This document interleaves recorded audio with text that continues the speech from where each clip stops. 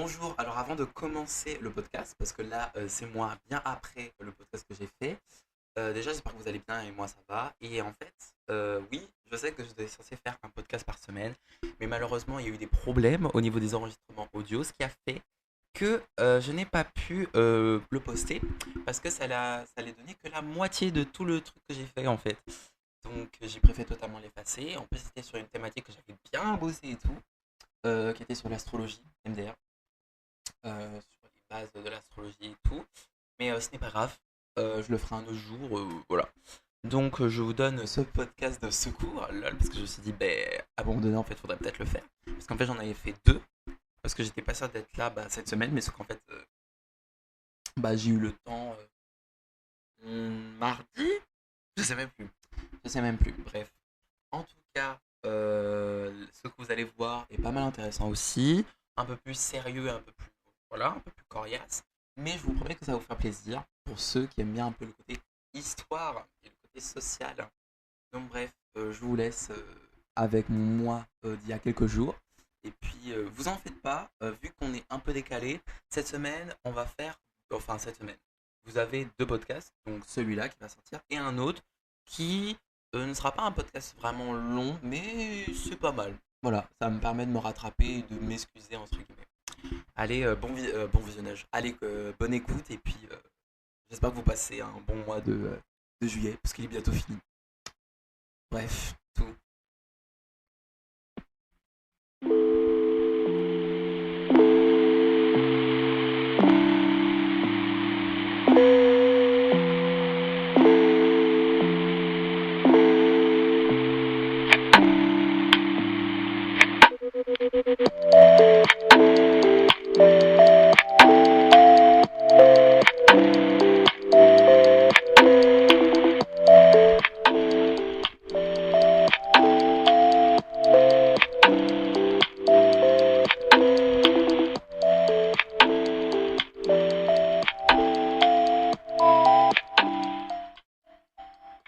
Bonjour à tous, j'espère que vous allez bien. Moi ça va. Aujourd'hui, on se retrouve pour un nouveau podcast sur un sujet un peu plus intéressant, entre guillemets, un peu plus sociétal, un peu plus historique, qui va potentiellement faire plaisir à certains et certaines, et d'autres qui ne vont pas connaître, qui vont apprendre tout simplement le truc que je vais vous parler aujourd'hui, qu'on appellera la wall culture. Donc, je voulais faire une annonce de plan, mais je suis allé hyper vite.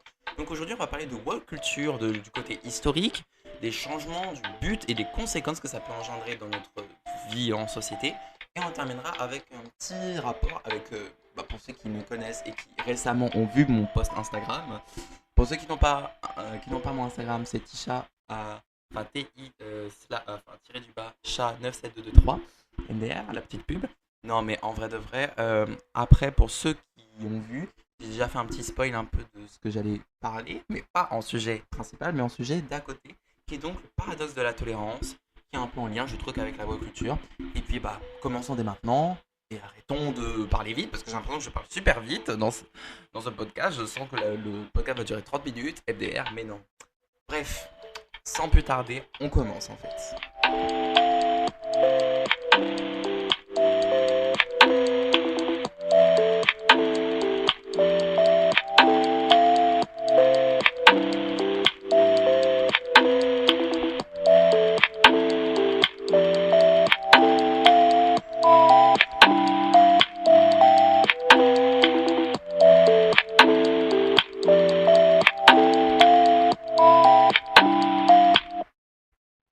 Donc, aujourd'hui, comme j'ai pu vous dire à nouveau, on va parler de woke culture et attendez, j'essaie de mettre bien petit truc.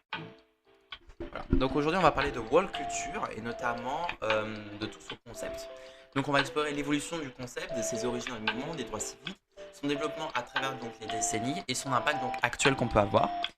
Et il faut bien comprendre que la woke culture, c'est donc une prise de conscience accrue et une vigilance constante face aux injustices sociales, raciales et économiques. Donc on va se plonger directement dans cette histoire. Donc j'ai pris des notes, hein. Donc j'ai cherché sur plein de sites. Alors j'ai pas mis les sources, mais voilà. Donc on va parler des origines de la woke culture et notamment de ce mouvement des droits civiques qui a commencé à partir des années donc 1960. Donc tout commence à partir en 1960, une décennie qui est donc marquée par ce qu'on appelle les luttes intenses par les droits civiques aux États-Unis. C'est à cette époque que les Afro-Américains sont confrontés à ce qu'on appelle la ségrégation raciale, particulièrement dans le Sud, où les lois de Jim Crow imposent une séparation stricte entre les Blancs et les Noirs dans tout l'aspect de la vie publique. Les Afro-Américains donc sont victimes de discrimination systématique, de brutalité policière et d'une exclusion socio-économique. Donc dans ce contexte, on parle de woke qui émerge donc parmi les militants des droits civiques. Il signifie tout simplement éveillé et il est donc utilisé pour décrire une prise de conscience aiguë des injustices raciales. Être woke, c'est en fait être vigilant et conscient des oppressions systématiques et des discriminations subies par les Afro-Américains. Donc ce terme est un appel à rester donc alerte face aux menaces de la brutalité policière et des injustices. Les leaders des droits civiques comme Martin Luther King, que vous connaissez certainement, Malcolm X et Rosa Parks incarnent donc cette vigilance. Ils mobilisent donc ces communautés qui organisent donc des manifestations pacifiques et sensibilisent l'opinion publique aux réalités de la ségrégation et donc de la discrimination. Dans les discours et les écrits de cette époque, la notion de vigilance et d'éveil est omniprésente.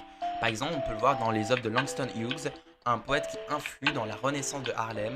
On trouve de nombreuses références à la nécessité de rester éveillé et conscient. On a un peu ce truc qui est revenu donc, depuis 1960, donc là on est à peu près bientôt je sais plus, 64 ans, ça fait 64 ans que ça existe, et ça avait réapparu notamment en 2008 avec la popularisation du Stay Woke. Donc en 2008, nous avons une chanteuse qui s'appelle Erykah Badu qui introduit l'expression Stay Woke dans sa chanson Master Teacher. Cette expression donc, va signifier rester éveillé. Et donc ça devient rapidement un mantra pour ceux qui luttent pour les injustices sociales. Elle résonne notamment pour les jeunes générations et donc pour les milieux artistiques qui vont devenir des symboles de la vigilance qui va être nécessaire pour combattre donc, l'inégalité. Et donc on a cette renaissance, on recrée en fait ce woke et que là on va vraiment appeler ça la woke culture. C'est à partir de 2008 voire même 2010. Donc on a ce qu'on appelle l'expansion de la woke culture. Donc ce sera les années 2010 et l'ère des réseaux sociaux. Donc lorsqu'on va s'avancer vers 2010, donc une période où les réseaux comme Twitter, Facebook et Instagram vont jouer le rôle crucial dans la mobilisation sociale, donc ils vont permettre une diffusion rapide ces plateformes. Et donc des diffusion rapide de quoi? D'informations massives qui vont faciliter l'organisation et la coordination des mouvements sociaux.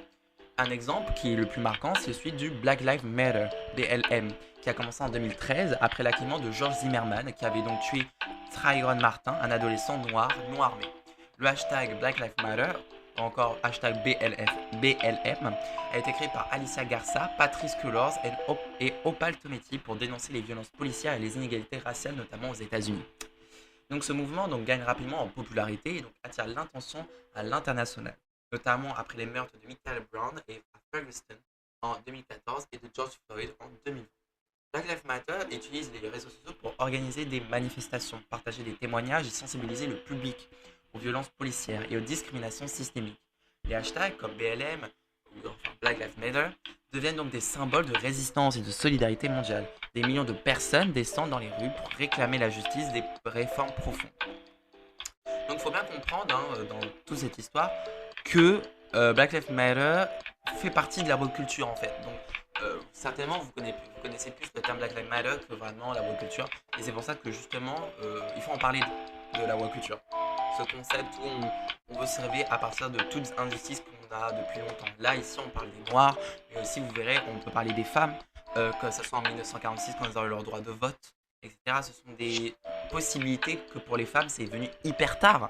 Alors que pour ceux qui ont eu le bac de français, lol, vous savez très bien qu'une certaine femme du nom de Olympe de Gouges, en 1791, a voulu laisser les femmes monter sur ce droit politique, en fait, ce pouvoir de pouvoir aussi créer un pouvoir politique féminin et qui malheureusement n'a pas été accepté et s'est fait réfuter par une violence telle la guillotine. Voilà, je pense que c'est un personnage quand même pas mal important aussi de la woke culture. En fait, il faut bien comprendre que la woke culture, ça comprend beaucoup d'époques en fait. À partir du moment où il y a des évocations d'inégalités qu'on veut changer et qu'on veut tout simplement détruire, c'est à partir de là que la woke culture a existé. La woke culture, elle a commencé vraiment à partir du XXe siècle, mais elle a été officialisée au XXe siècle. Mais après, elle a toujours été présente depuis des années et des années. C'est vraiment à partir de nos époques des Lumières, donc au niveau du XVIIIe siècle, on a vraiment intensifié là-dessus. C'est pas que en 1960. En 1960, ça a été sur le sujet de, ici, par rapport, par exemple, aux Noirs. Parce que là, on parle des États-Unis, mais par exemple en France, ça sera plus particulièrement les femmes, et même dans les pays orientaux, les pays dans l'oriental, où c'est vraiment des inégalités sociales entre hommes et femmes. Et là, on ne parle pas vraiment de noir et blanc, puisqu'il y avait plus de noirs, etc. Donc, ce que je voulais aussi vous parler, c'est en fait un truc que j'ai trouvé ça hyper incroyable à vous expliquer, c'est ce qu'on appelle le concept de intersectionnalité. Donc, je vais vous l'expliquer à ma façon. Donc, en fait, c'est un concept qui est donc clé de la woke culture. Donc en fait, elle est introduite par Kimberly Crenshaw en 1989. Donc en fait, l'intersectionnalité, de ce que j'ai compris, c'est le concept de explorer comment des différentes discriminations ont pu exister, que ce soit de raciale, de genre, de classe, d'autres, sexuelles, etc. Et donc, ils sont là pour savoir comment ça puisse renforcer ces discriminations. Et donc, Crenshaw, donc le fondateur de ce concept, a développé ce concept pour mieux comprendre les expériences des femmes noires, souvent marginalisées à la fois par les mouvements féministes blancs et le mouvement des droits civiques noirs. Ainsi, l'intersectionnalité, c'est un cadre essentiel pour analyser et combattre les injustices complexes et interconnectées, et est adopté par différents mouvements, incluant par exemple les LGBT, les campagnes pour les handicapés, les mouvements aussi écologiques. Hein. On a oublié aussi l'écologie, mais c'est vrai qu'effectivement l'écologie c'est pas mal important. Par exemple, on peut voir que par exemple dans les mouvements pour les droits pour les LGBT, notamment pour l'évocation du mariage qui voulait, la loi du mariage pour tous, qui était en 2010 ou en 2011, je suis pas sûr. Et donc ils ont voulu mettre en scène cette chose-là. Ce mouvement-là a pour but, le mouvement des droits LGBT de 2010 était dans le but de demander à ce que les LGBT puissent se marier, donc la Pax. Donc voilà. Donc ils utilisent donc cette approche de intersectionnalité pour ainsi adresser les discriminations qui sont multiples, que ce soit au niveau du sexe, au niveau du genre, mais aussi au niveau de la couleur de peau. Et aussi donc au niveau de l'orientation sexuelle et de l'identité de genre. Donc c'est un peu tout ça, l'intersectionnalité. C'est ce concept de on cherche en fait à tout moyen du pourquoi et du comment ça a évolué et pourquoi ça c'est devenu quelque chose de mauvais, pourquoi ça c'est devenu mauvais et pourquoi ça c'est devenu mauvais. Et finalement, donc j'ai pu là vous expliquer un peu le côté historique de la woke culture et on va parler notamment ici du changement du but que ça a voulu faire. Donc comme j'ai pu expliquer, on se répète un peu mais c'est un peu le principe du podcast, c'est que la woke culture, son but c'est quoi? C'est d'évoquer des choses qui ont été cachées, qui ont été mises sur le tapis parce qu'on s'est dit oh c'est trop compliqué et qui sont malheureusement subies par des nombreuses personnes en fait, que ce soit les noirs, les handicapés, les homosexuels, les personnes transgenres, les personnes qui sont dites intersexes, non pas hermaphrodites, etc. Et en fait, ça a amené de bonnes choses, notamment sur l'ouverture d'esprit. Enfin, son objectif est l'ouverture d'esprit. Ce qui fait que, par exemple, il y en a beaucoup, que je ne sais pas si vous entendez, qui vont dire il y a plus de gays ou il y a plus de noirs qu'avant. Alors que non, pas du tout. C'est pas une question qu'il y a plus de gays, de noirs ou d'handicapés qu'avant. Ou qu'ils sont. Non, ça n'a rien à voir. C'est juste que c'est beaucoup plus démocratisé de jour en jour parce qu'en fait, la woke culture a permis cette façon de mettre en image des choses qu'on ne mettait jamais en image normalement, on ne mettrait que l'image de l'homme blanc, blond, qui n'est pas noir, qui est totalement hétérocis, donc un homme qui assume et qui est fier d'être un homme et qui n'a aucun complexe sur sa sexualité, sur son genre, et qui n'a pas de soucis, par exemple, de vieillesse, etc. Donc un jeune blanc non homosexuel, donc hétérosexuel cis. Et voilà, c'est l'image qu'on pourrait montrer de quelqu'un ou un habitant dans le monde, alors que la woke culture veut montrer qu'en fait ça n'a rien à voir et de montrer qu'il faut arrêter de cacher tous les autres, en fait, tous les autres identités, tous les autres genres, toutes les autres orientations sexuelles.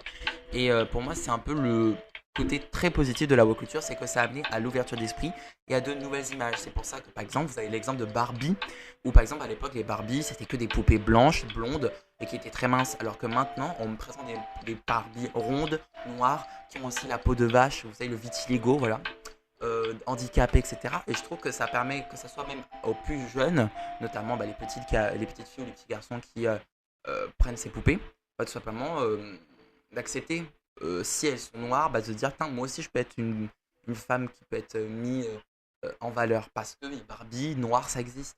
Ah, je suis ronde, ah putain, Barbie ronde, elle existe et tout, donc moi en étant ronde, je peux devenir ma Barbie pour moi en fait.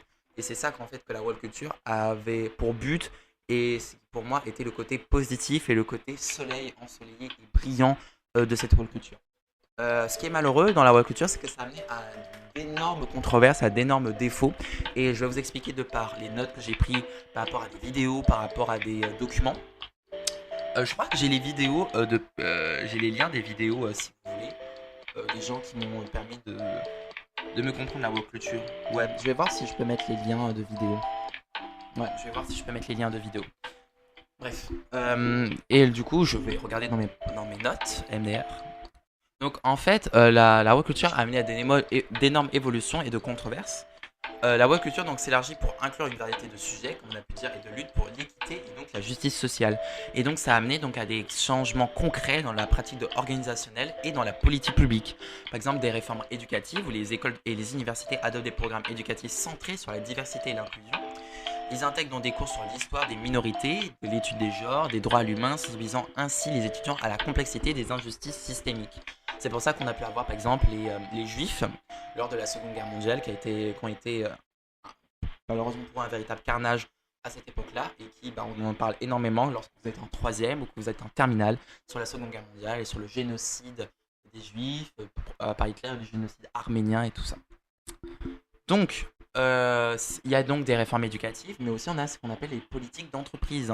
Parce qu'il faut bien comprendre que les entreprises aussi avaient quand même créé des injustices. En effet, ces entreprises mettent en place des politiques de diversité et d'inclusion et créent maintenant des programmes spécifiques pour recruter et soutenir des minorités sous-représentées, promouvant ainsi une culture beaucoup plus inclusive. Et enfin, tout simplement, on parlera de législation, donc des lois qui sont anti-discriminatoires, qui sont donc adoptées pour protéger ainsi des droits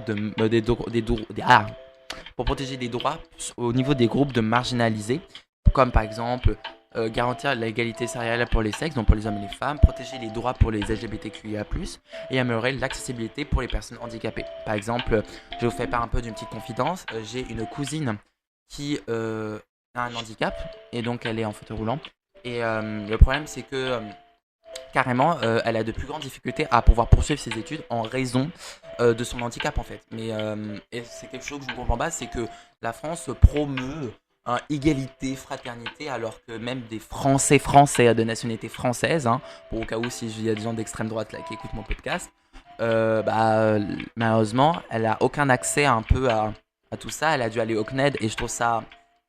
Alors, c'est bien le CNED, je dis pas le contraire, mais ça enlève toutes les interactions sociales qu'on peut avoir en tant que personne qui pourrait tout simplement aller directement en salle de cours et pourrait directement interagir avec son professeur au lieu d'envoyer des messages, etc.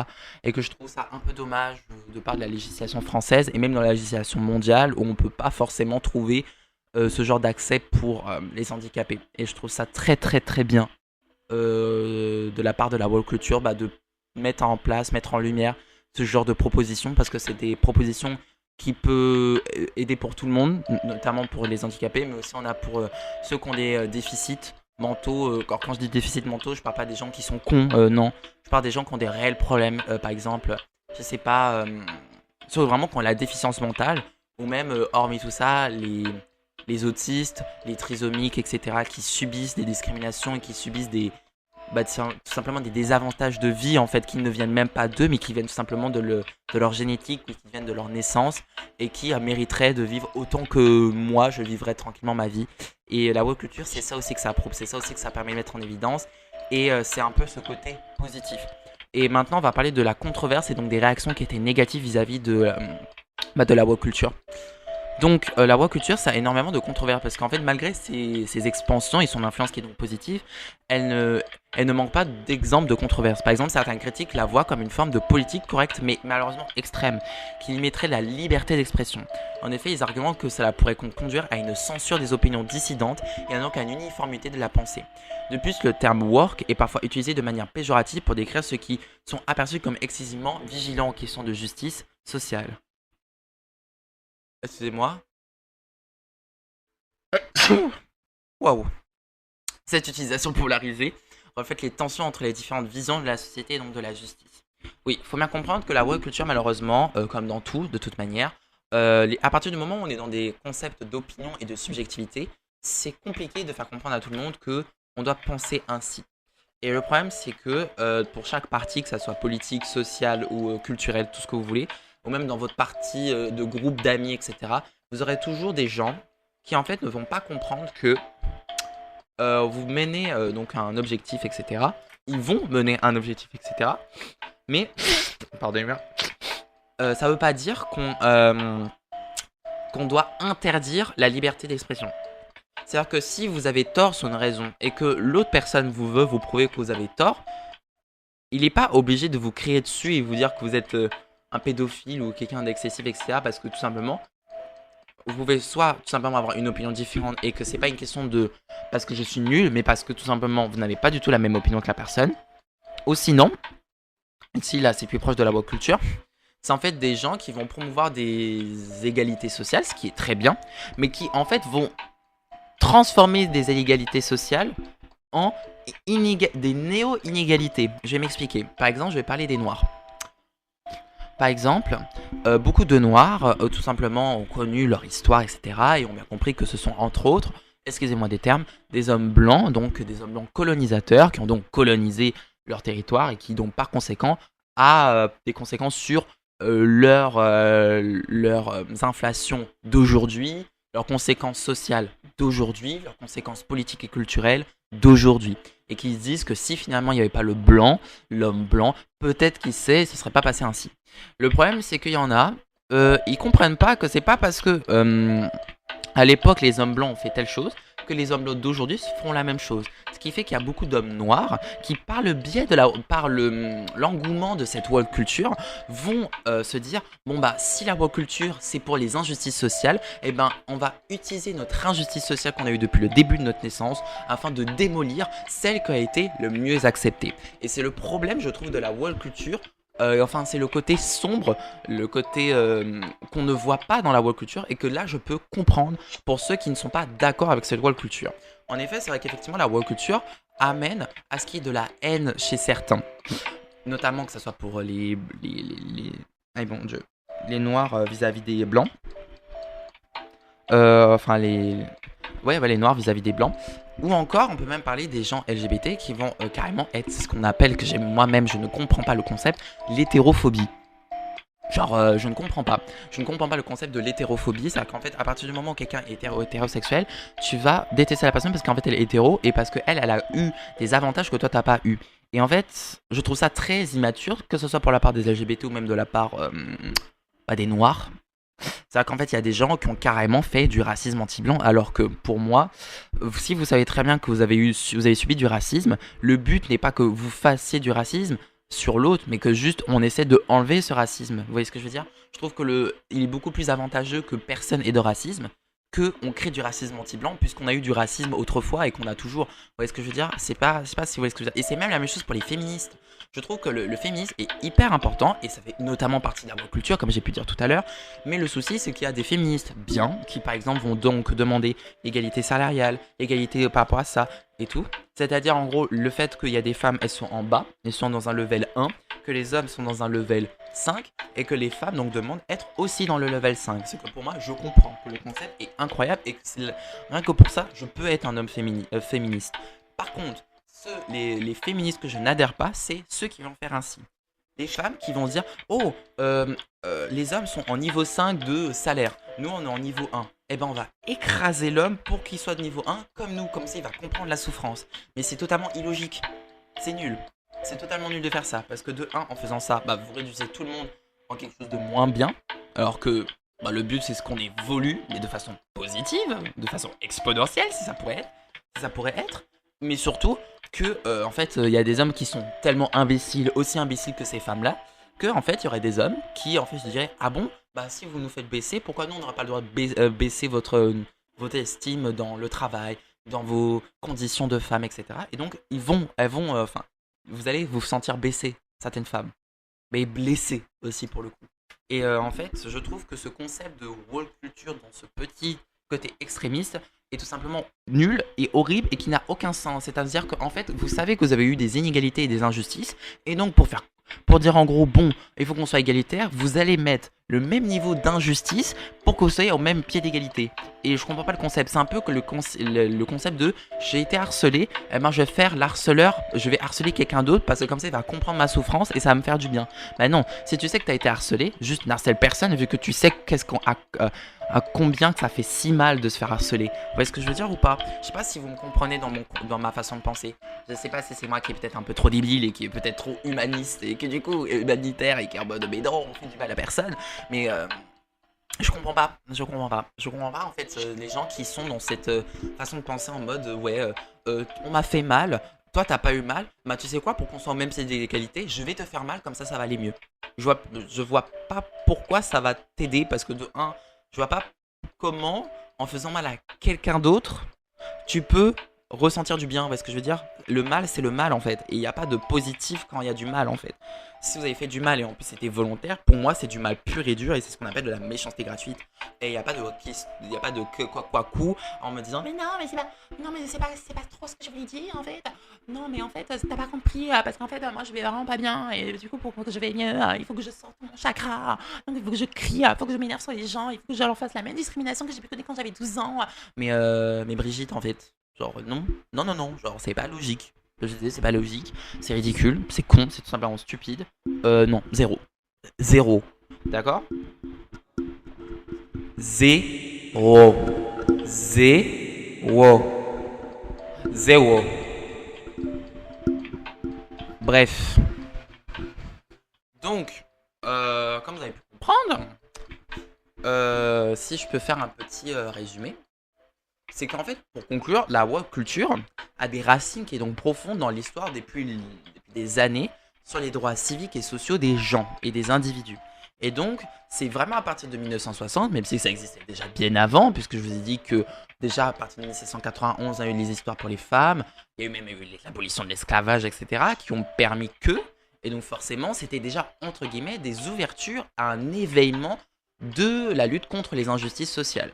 Donc, elle a évolué pour inclure donc, des variétés de causes et de mouvements, que ce soit LGBT, noir et blanc, hommes-femmes pour les handicapés et pour d'autres déficits mentaux, déficits physiques aussi évidemment, et qui sont influencés par le concept donc, de intersectionnalité et amplifiés par les réseaux sociaux à partir de 2010. Et donc, ça a amené malheureusement des bons côtés, notamment cette ouverture d'esprit, cette manière qu'on a de nos jours, je trouve, dans un petit côté, à mieux s'exposer, même si, bon, on n'est pas obligé de s'exposer, vous m'avez bien compris, quand je parle de s'exposer, c'est pas aller sur les réseaux sociaux en disant « Ah, regardez, moi je suis trop gay en fait, oh, regardez, moi je suis noire en fait, moi je suis une femme et alors je fais ça en fait. » Non, mais genre, je veux dire que vous pouvez faire votre truc sans vous faire attaquer violemment, les femmes. Vous n'êtes pas obligé de vous faire violer à chaque fois que vous sortez en mini-jupe. Et je vous souhaite vraiment aucun rapport, vous allez me dire, mais pas. Mais pour toutes les femmes qui en souffrent de ça, bah franchement, consultez. Il y a des numéros qui sont faits pour ce genre de comportement que certains hommes ou même d'autres femmes pourraient faire. Et voilà. Et de même pour même les gens, parce qu'on dit les femmes, parce qu'on dit qu'essentiellement c'est les femmes. Mais pour le coup, ça aussi, c'est une autre façon de voir le côté controversé de la world culture. C'est qu'en fait, on parle essentiellement des femmes, mais beaucoup d'hommes aussi sont victimes de viols, et etc. Et on s'en rend pas compte, mais c'est vraiment vrai, et même des enfants, et c'est pas que des enfants, c'est que des petites filles, c'est aussi des petits garçons qui subissent, parce que c'est pas un genre ou un sexe qui se fait subir, c'est l'identité elle-même de la personne qui se fait attaquer. Et donc, qui dit identité dit que ça peut être toute autre identité, puisque une identité est différente, mais cette identité peut se trouver dans plusieurs identités de d'autres personnes. Je sais pas si je sais à m'exprimer. C'est super chiant, je ne sais pas parler, ça m'agace. Bref. Mais bref, en tout cas, donc on a ces controverses, notamment sur le côté où justement on va utiliser le côté de victimisation de la chose. On va s'auto-victimiser en fait. On va utiliser la victimisation pour donner un point plus crédible à notre comportement qui est peut-être violent. C'est le cas par exemple de certaines femmes qui vont mentir, qui vont dire qu'elles se sont fait violer et du coup ils sont sûrs que cet homme-là c'est un violeur aussi parce qu'il lui ressemble et tout ça, et qu'après l'homme se retrouve en prison alors qu'en fait il a pas du tout violé quoi. Vous voyez ce que je veux dire? C'est le concept en fait de la woke culture.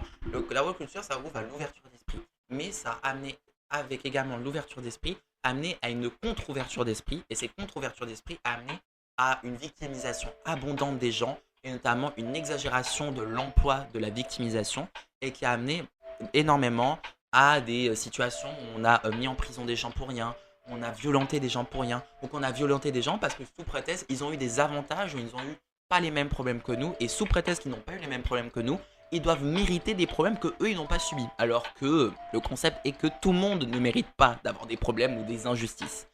Donc il y a un peu cette partie de la woke culture où c'est bien, on ouvre les esprits des gens pour ceux qui étaient dans ce côté un peu conservateur de l'époque où l'homme reste dehors et la femme reste à la cuisine, ou même l'homme noir il va travailler dehors et l'homme blanc il va regarder la télé, ou l'homosexuel a un poignet cassé, il va communiquer avec des meufs et tout ça, on le traite de PD, et tout.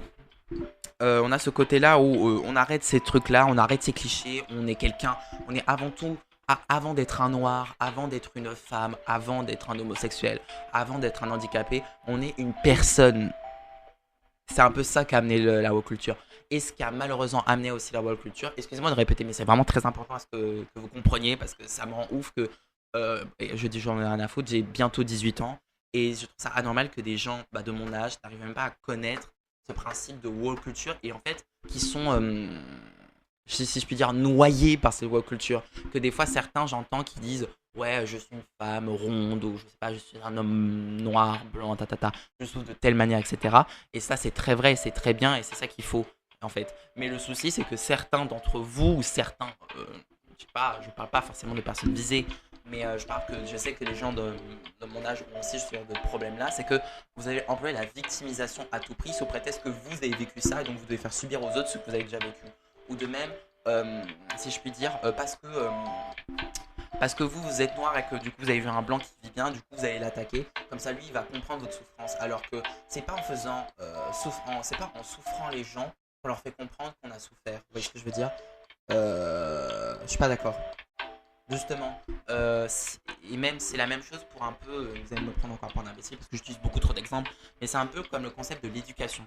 C'est-à-dire qu'en fait, si vous avez eu des parents qui vous ont éduqué comme de la merde, si vous êtes un enfant qui est, on va dire, beaucoup plus consciencieux, beaucoup plus lucide et beaucoup plus intelligent qu'à la normale, MDR, non mais je déconne, et ben vous allez vous dire, ben mes parents m'ont éduqué d'une manière que je n'aime pas, et ben vous savez quoi, moi je vais éduquer à tout l'inverse de ce qu'ils ont fait mes parents. En fait, mes parents ne vont pas être des modèles, mais plutôt des contre-modèles sur tout ce que je vais faire à mes enfants plus tard. C'est ce que je veux dire. Alors qu'il y a très des gens, et j'en connais plein de parents qui sont comme ça, ou même de gens qui vont devenir comme ça, que ouais, leurs parents, ils ont été comme ça, ils ont été d'une manière et tout, ils m'ont rien donné, ils m'ont pas fait ci, ils m'ont pas fait ça. Et ben moi, je vais faire la même chose, comme ça mon enfant, il va subir, et comme ça, je me sentirai moins triste. Mais en fait, vous pouvez pas faire ce genre de comportement-là, parce qu'en fait, vous faites que, si je puis dire, j'avais appris un mot. Vous faites que disséminer en fait votre malheur, en fait, votre douleur et votre haine envers vous-même en plus, parce qu'en fait, il y a que vous pouvez vous en vouloir qu'à vous-même en fait.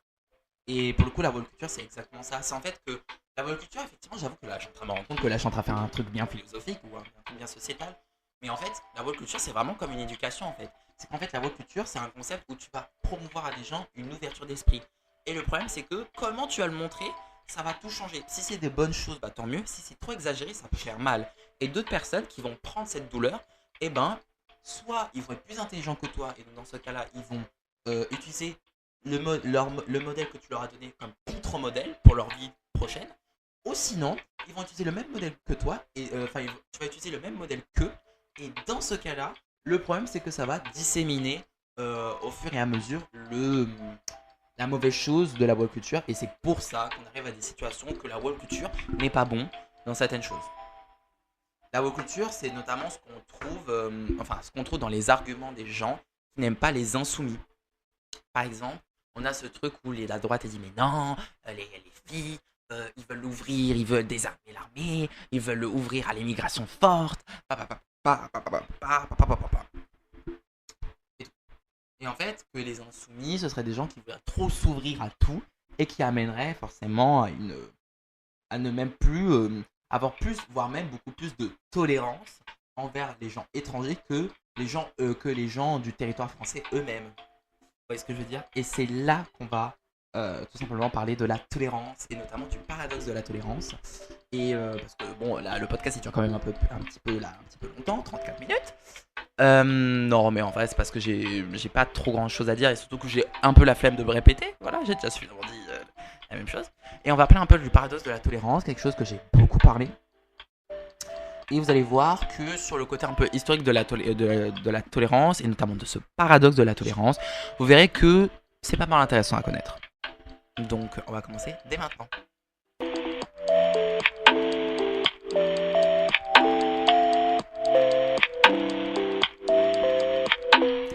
Donc, le paradoxe de la tolérance a été introduit par le philosophe Karl Popper dans son œuvre, ce qu'on appelle La Société ouverte et ses ennemis, publié en 1945. Popper est donc un philosophe des sciences et un penseur politique influent qui réfléchissait sur les dangers qui menaçaient les sociétés démocratiques, particulièrement sur les réponses aux événements du XXe siècle, tels que la montée du nazisme et du fascisme. En effet, donc ce contexte historique commence d'abord par la montée des régimes totalitaires, donc dans l'entre-deux-guerres, donc dans les années 1930-1940. L'Europe donc a vu une ascension des régimes totalitaires qui utilisaient la liberté, que ce soit en Russie, en Allemagne et notamment en France, même en Italie avec le fascisme, etc. Et même, je crois, en Espagne avec le franquisme. Bref. On a aussi les expériences personnelles de Popper qui ont permis de mettre en scène ce paradoxe de la tolérance. En effet, Popper est né en Autriche-Hongrie et a été donc témoin des effets dévastateurs de l'intolérance et de l'autoritarisme. Il a immigré en Nouvelle-Zélande pour échapper à la persécution nazie. Ainsi, dans son livre Société ouverte et ses ennemis, Popper a formulé le paradoxe ainsi. Je cite. La tolérance illimitée doit mener à la disparition de la tolérance. Si nous étendons une tolérance illimitée, même à ceux qui sont intolérants, si nous ne sommes pas prêts à défendre une société tolérante contre les assauts des intolérants, alors les tolérants seront détruits, et la tolérance avec eux. Donc on comprend bien que Popper il argumente que pour préserver une société tolérante, il est donc nécessaire de ne pas tolérer l'intolérance. Cela signifie donc que, si je puis dire, que dans certaines circonstances, donc la répression des idées et des mouvements intolérants est justifiée par protéger l'ordre démocratique et les valeurs de la tolérance. Ou, beaucoup plus socialement parlant, on va dire que le fait qu'on a voulu beaucoup trop accepter tout et n'importe quoi, on a même toléré tout, et dans tout, il y a quoi ? Il y a aussi l'intolérance en fait. On a toléré l'intolérance. Donc, c'est là que son idée du paradoxe est vraiment intéressant à étudier.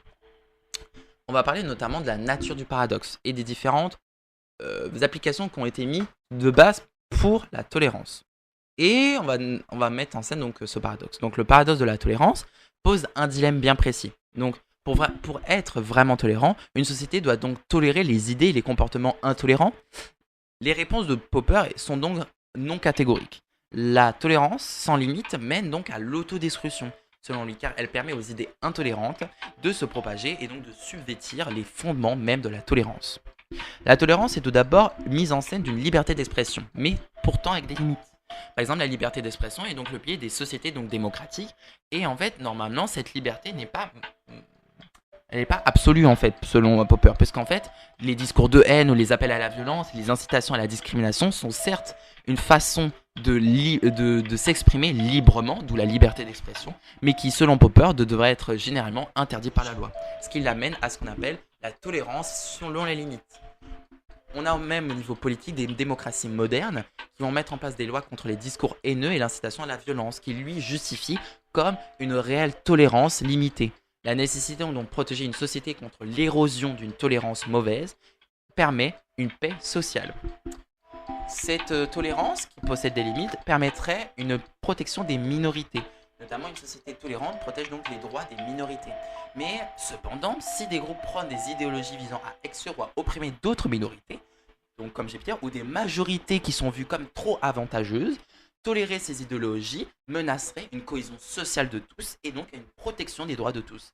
C'est ce que du coup j'ai pu dire tout à l'heure. C'est qu'en fait le concept de la world culture, c'est qu'en fait le truc c'est qu'on veut éveiller toute minorité, mais certaines personnes vont dire que comme lui il n'a pas été minoritaire, venez on me le fout dans la minorité, on le fout dans nos injustices et il va souffrir.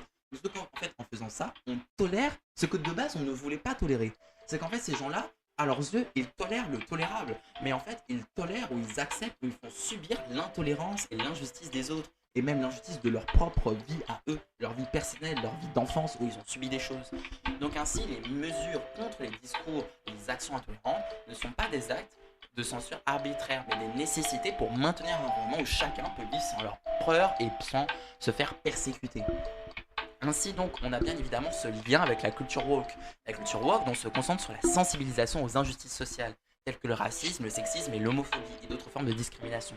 Ce mouvement donc insiste sur la responsabilité collective individuelle de lutter contre les injustices et donc de éveiller à la fois une tolérance, mais qui a malheureusement éveillé l'intolérance. Le mouvement woke souligne l'importance de reconnaître et de s'opposer activement aux idéologies intolérantes et discriminatoires. Cependant, certaines postures de certaines populations amènent à amener ce paradoxe de la tolérance, appelant vigilance sur des majorités qui ont été beaucoup trop avantagées et qui montrent un aspect donc intolérant de ceux-mêmes qui n'ont pas été réellement tolérés dans la société. Les critiques de la culture woke accusent parfois des mouvements qui limitent la liberté d'expression, qui dénoncent en dénonçant et en ostracisant ceux qui tiennent des propos perçus comme intolérants.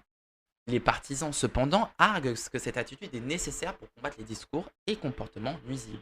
En effet, il faut intolérer l'intolérance et tolérer le tolérant. Ainsi, on va passer sur un débat et de polarisation. La culture woke donc crée souvent des débats intenses sur ce qui constitue une expression acceptable ou placer les limites de la tolérance. Ces discussions reflètent directement le dilemme posé par Popper. Finalement, je cite, jusqu'où on peut aller pour protéger la tolérance sans tomber dans l'intolérance elle-même. La polarisation autour de la culture woke montre la difficulté de trouver un équilibre entre tolérance et protection contre l'intolérance. Les accusations de cancel culture, c'est-à-dire le fait qu'on enlève et qu'on éjecte une culture en raison de ses idéologies d'injustice, illustrent donc les tensions qu'il y a entre la lutte contre l'intolérance et la défense de liberté d'expression, soit la tolérance dite. Ainsi, le paradoxe donc de la tolérance, comme je peux dire, ça nous rappelle en fait que la tolérance n'est pas une valeur absolue mais donc conditionnelle.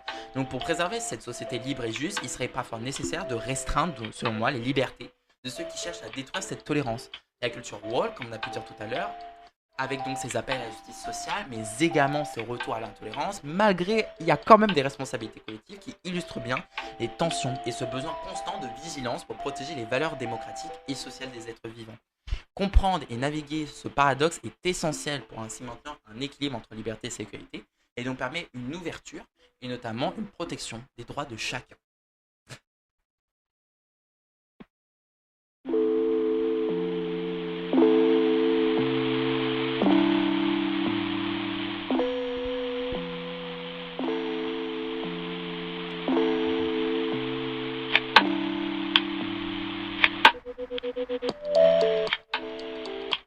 Bon, j'espère que ce petit podcast vous a plu et j'espère que vous avez apprécié ce petit côté un peu historique et notamment sociétal. Pour ceux qui me connaissent, vous savez très bien que je suis très dans le social et très dans le moving, wake up. Vous voyez ce que je veux dire pour le coup, world culture, mais pas dans son extrême. Je pars du principe que la world culture, c'est vraiment intéressant à connaître et notamment à prendre en considération dans sa vie. C'est-à-dire qu'en fait, vous pouvez dans votre vie de tous les jours promouvoir ce que vous avez subi dans votre vie. Mais ça ne veut pas dire de faire subir aux autres ce que vous avez subi. Pour le coup, comme on dit, ne faites pas ce que vous n'aurez pas aimé qu'on vous fasse. Ça, c'est qu'elle le dire. Et ça va très bien avec côté world culture. Si vous n'appréciez pas quelqu'un, quelqu'un vous a fait du mal, ne lui faites pas du mal en retour. C'est inutile. Vous êtes un pur mouton qui limite. On n'imite pas les plus cons que soi. Si vous voulez être quelqu'un de meilleur, quelqu'un qui vous insulte et qui vous fait de la merde ne mérite même pas d'être dans votre point de pensée. Ignorez-le, laissez-le dans son coin. Peut-être que c'est quelqu'un qui en manque tellement de confiance en soi qu'il est obligé de critiquer les autres pour se faire du bien. De même pour ceux qui font du racisme, etc. Ce sont des gens qui sont en manque d'affection et qui sont obligés que vous rameniez votre bouche pour aller ramener leur gueule. Il serait que de leur dire quelque chose, ce serait leur donner un avantage. Donc profitez de votre vie, ignorez les gens qui sont inutiles dans votre vie et dans votre société à vous, dans votre tête. Mettez-vous dans votre bulle et juste vivez pour vous-même. Et surtout, si vous avez subi des choses, etc., ça ne sert à rien de prouver aux autres que soit vous ne subissez plus parce qu'il n'y a que vous qui pourrez réellement savoir si vous subissez ou pas. De même que si vous voulez vous présenter en faisant du mal à quelqu'un d'autre, ce serait totalement débile, car vous serez vu comme la personne la plus méchante et inutile. Parce que malgré qu'on vous ait fait comprendre, rien qu'avec la vie, que c'est pas bien de faire telle chose, vous avez subi du harcèlement, etc., mais vous le faites aux autres, c'est totalement puéril et totalement débile. Et c'est là que la woke culture, elle présente tout ça. C'est bien beau de voir qu'il y a des mouvements là, et se battent et vous regardez en constat. Mais il faut savoir que ces combats sont là depuis des années de lumière, depuis des décennies, depuis des siècles devant nous. et que certains n'en ont strictement rien à faire. Le principe, ce n'est pas faire de l'ignorance parce que, oh là là, on fait l'abstentéisme parce que c'est l'extrême. Non, vous avez le droit de nuancer parce que vous avez vos idées, vous avez vos propos, vous avez votre façon de penser. C'est à nous en tant que personnes de mettre nos idées en place, de pouvoir nous mettre en mouvement sur des choses, des idéologies qui sont contraires à notre façon de penser et à nos valeurs. Et si vous mettez en scène le respect, la liberté d'expression et l'ouverture d'esprit sans pour autant ouvrir l'esprit à l'intolérance, je pense que vous avez tout gagné. En tout cas, j'espère que ce podcast vous a plu. N'hésitez pas à me dire quelles seraient les autres idées, parce que ça, c'est un concept que je vous... Enfin, c'était un truc que je voulais en parler. Et ça me paraissait vraiment intéressant d'en parler. Et donc, si comme vous pouvez voir, je peux parler de concepts sociaux, politiques et tout ça. Donc, si vous avez des idées, n'hésitez pas à me le dire. Ça fait toujours plaisir de savoir qu'il y a des gens qui sont tellement intéressés, lol, que carrément, ils me donnent des idées. Et n'oubliez pas que vous pouvez toujours aussi me dire, pour les idées de musique, si vous voulez un fond musical précis. Si vous voulez savoir la musique, qu'est-ce que j'ai mis, c'est The Burn Marks on My Piano Won't Go Away.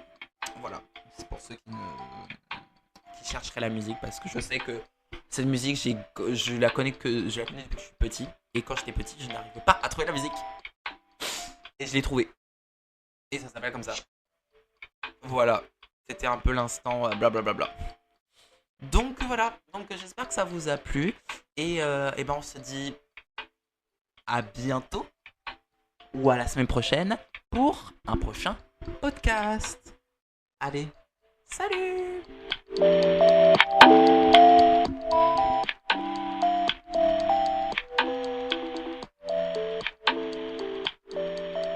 Alors, du coup vous avez donc pu voir le podcast, j'espère que ça vous a plu déjà. Et la chose que je voulais dire, c'est que bah du coup, c'est pas donc à la semaine prochaine, mais donc dans quelques jours, puisque je vous ai dit que vous allez avoir 2 podcasts, celui-là et un autre, qui est un peu plus court, mais qui est sympa à regarder, à écouter, je pense aussi. Voilà, c'est beaucoup plus éducatif, ouais, ce sera beaucoup plus éducatif, beaucoup plus... ce sera très court, hein. Ce sera genre 10 minutes, 5 minutes, 5-6 minutes, je sais pas, pour le coup, c'est juste un truc très simple. C'est beaucoup plus éducatif que vraiment politique ou quoi que sais-je encore. Et voilà. Donc, bah, à dimanche, tout simplement, je vous dis.